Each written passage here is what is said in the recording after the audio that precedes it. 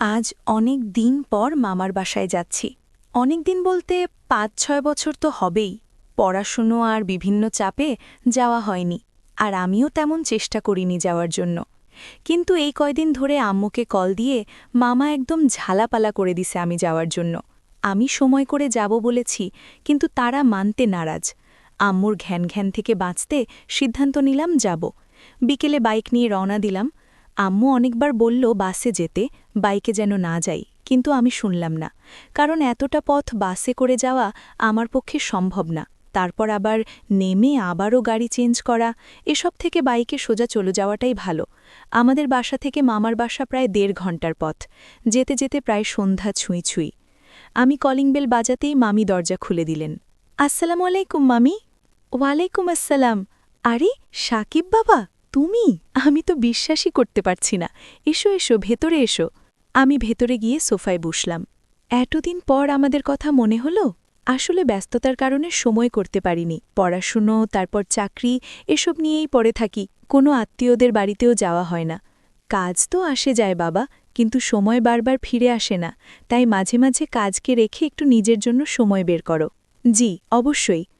এমন সময় একটা মেয়ে আসলো নাস্তার ট্রে নিয়ে। আমি মামিকে জিজ্ঞেস করলাম, ও কে মামি? মামি আর ওই মেয়ে আমার দিকে অবাক হয়ে তাকালো। কি হবে আবার, মুনতাহা? কি এটা? মুনতাহা এত বড় হয়ে গেছে? কিছুদিন আগেও যখন দেখলাম তখন তো অনেক পিচ্ছি ছিল। এবার মুনতাহা গজগজ করে বলে উঠল, কিছুদিন আগে মানে কতদিন? ৬ বছর। তোমার কাছে কিছুদিন মনে হচ্ছে? তাই বলে ৬ বছরে এত পরিবর্তন? তুমিও তো বড় হয়েছ, আমি তো ঠিকই তোমায় চিনেছি, আর তুমি কিনা আমায় চিনতে পারলে না? আরে আমি ভালো করে তো চেহারার দিকে খেয়াল করিনি, ভেবেছি এত লম্বা চড়া তো তুই হবি না, কিন্তু এখন তো দেখছি বড় হয়ে গেছিস। বড় হব না তো কি এখনও ছোট থাকব? না, তা থাকবি কেন? এখন যেহেতু বড় হয়ে গেছিস, বিয়ে দিয়ে দেওয়া দরকার। কি বলেন মামি? একদম ঠিক বলেছ বাবা। আমার জীবন তো একেবারে তেনা তেনা করে দিয়েছে এই মেয়ে। এখন বিয়ে দিয়ে দিলেই শান্তি। তুমি জামাই দেখো তো। তা তো অবশ্যই দেখব। ভ্যাত, ভালো লাগে না। সব সময় শুধু আমার সাথে লেগে থাকো। আমি বিয়ে করব না, কান খুলে শুনে রাখো। বলেই হনহন করে চলে গেল। আমি আর মামি হাসতে লাগলাম। মামি আমাকে বললেন, সাকিব, তুমি এক কাজ করো, তুহিনের রুমে গিয়ে ফ্রেশ হয়ে নাও। হ্যাঁ, যাচ্ছি। তুহিন কথায় দেখছি না যে? ও স্কুলে গেছে, তারপর কোচিং শেষ করে আসবে। ও আচ্ছা। আমি আমার ব্যাগ নিয়ে তুহিনের রুমে চলে গেলাম ফ্রেশ হতে। তুহিন হচ্ছে আমার মামাতো ভাই, আর মুনতাহা মামাতো বোন। মামার এক ছেলে ও এক মেয়েই। ফ্রেশ হয়ে বের হতেই দেখি তুহিন চলে এসেছে। আমাকে দেখে দৌড়ে এসে জড়িয়ে ধরল। তুহিনও অনেক বড় হয়ে গেছে। এতদিনে আসার সময় হলো তোমার? জানো কত মিস করি তোমায়। হ্যাঁ, কি করব বল, এখন তো আগের মতো সময় নেই, চাকরিও করতে হয়। তুই তো দেখি আমার থেকেও লম্বা হয়ে গেছিস। হ্যাঁ, তা তো একটু হয়েছি। কতদিন থাকবে সেটা বলো। থাকব ২-৩ দিন। না না, তা হবে না, কমপক্ষে ১ সপ্তাহ তো থাকাই লাগবে। তুমি অফিসে কল করে ছুটি নাও। আরে এতদিনে ছুটি দিবে না পাগল। এসব আমি জানি না, তুমি যদি না থাকো আমি আর কখনো তোমাদের বাসায় যাব না, বলে দিলাম। এত যে দাসে কোথা থেকে তোর? আগে তো এমন করতি না। এসব আমি বুঝি না, যেটা বলেছি ওইটাই করতে হবে। আচ্ছা, দেখা যাবে। এখন নিচে চলো, আব্বু ডাকছেন। মামা চলে আসছে?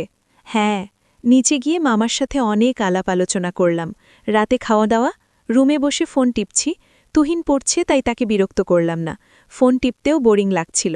হঠাৎ মুনতাহা এসে বলল, ভাইয়া ছাদে যাবে? কেন? এমনি আড্ডা দিব। পাশ থেকে তুহিন বলল, আমিও যাব। এক থাপ্পড় খাবি, কয়দিন পর পরীক্ষা না তোর? ভালো করে পড়, নয়তো আব্বুকে গিয়ে বলে দিব। তুহিন আর কিছু বলল না। তারপর আমি মুনতাহার পিছে পিছে ছাদে গেলাম। ছাদটা অনেকটাই খোলামেলা, আশেপাশে অনেক গাছগাছালি, তাই বাতাস বেশ ভালোই লাগছে। মুনতাহা আমাকে বলল, আচ্ছা ভাইয়া, একটা কথা জিজ্ঞেস করি? হ্যাঁ। রাগ করবা না তো? রাগ করার মতো হলে তো রাগ করবই। তাহলে থাক। কি বলবি বল না, না শুনলে তুমি রাগ করবা। করব না, এমনি বলেছি। তুমি এখনো বিয়ে করনি কেন? কে বলেছে আমি বিয়ে করিনি? মানে? আমি তো আরও আগেই বিয়ে করেছি, ইভেন একটা মেয়েও আছে। কি, সত্যি? তো মিথ্যা হবে কেন? এটা কিভাবে পারলে? তুমি আমাকে, আমাদেরকে না বলে? আরে সময় সুযোগ পাইনি, হুট করে হয়ে গেছে। আমি বলতাম তো তোদের, আজকের আগে তুই জিজ্ঞেস করে ফেললি। মুনতাহার মুখ নিমিষেই মলিন হয়ে গেল। তারপর আমি মাথায় গাঁটরা মেরে বললাম, ফাজলামু করেছি, তুই তো দেখে সত্যি ভেবে নিয়েছিস তুমি না অনেক খারাপ। জানি। তাহলে বিয়ে করনি কেন? আরে ধুর, আমার কি বিয়ের বয়স হয়েছে নাকি? আয় হায়, বলো কি, বিয়ে দিলে পোলা মাইয়ার বাপ হয়ে যাবা আর বলতেছো তোমার বিয়ের বয়স হয় নাই? অনেক পেকে গেছিস দেখছি। আমার কথা বাদ দাও, নিজের দিকে তাকিয়ে দেখো, মাথার চুল অর্ধেক পেকে গেছে। তাতে তোর সমস্যা কি? আমার কেন সমস্যা হবে? সমস্যা হবে তোমার বউয়ের। আহারে বেচারি, বুড়া জামাই নিয়ে সংসার করবে। তোকে এত ভাবতে হবে না, সেটা আমার আর আমার বউয়ের ব্যাপার। নিজের চিন্তা কর। বউ কি ঠিক করা আছে নাকি? মানে মানে গার্লফ্রেন্ড এমন কিছু? ওইসব ফালতু আকামের মাঝে আমি নাই। এখানে আকামের কি দেখলে তুমি? এই তুই এত জেনে কি করবি? আসলে তোকে বিয়ে দিতে হবে, অনেক পেকে গেছিস। দাঁড়া, নিচে গিয়ে মামা মামুর সাথে কথা বলবো।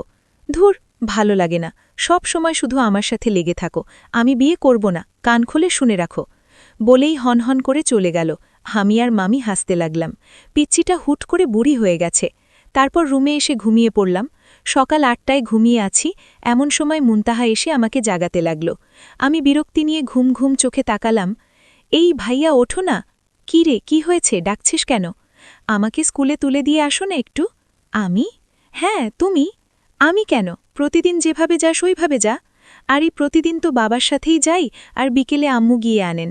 আজকে আপুর আফিস নাকি জরুরি মিটিং আছে, তাই সকাল সকাল চলে গেছেন, আর বলে গেছেন তোমায় বলতে, আমাকে নিয়ে যেতে। উঠো প্লিজ, আমার দেরি হয়ে যাচ্ছে। কি এক মহা মুশকিল রে বাবা। এমন বলতেছো কেন? একটা দিন কষ্ট করলে কি এমন হয়ে যাবে? উঠো না প্লিজ।